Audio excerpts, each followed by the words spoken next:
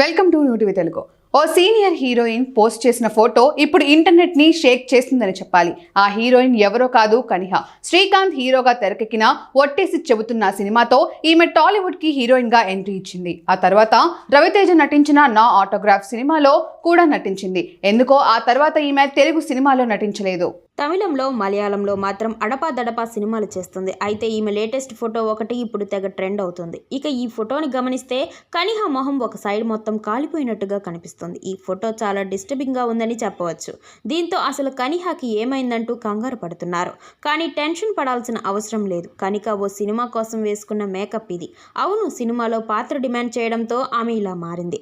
అందులో భాగంగానే మొహం కాలిపోయినట్టు కనిక ఇలా మేకోవర్ వేసుకోవాల్సి వచ్చింది.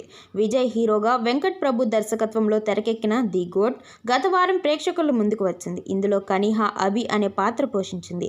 ఒక విధంగా ఇది గెస్ట్ రోల్ అనే చెప్పాలి. ఆ పాత్ర కోసం కనిహ మేకప్ వేసుకున్నట్టు తెలిపి ఈ ఫోటోని షేర్ చేసింది. అలాగే దర్శకుడు వెంకట్ ప్రభుకి కూడా థ్యాంక్స్ అంటూ రాసుకొచ్చింది. ఆమె పోస్ట్కి సంబంధించిన ఫోటోలు వైరల్గా మారాయి.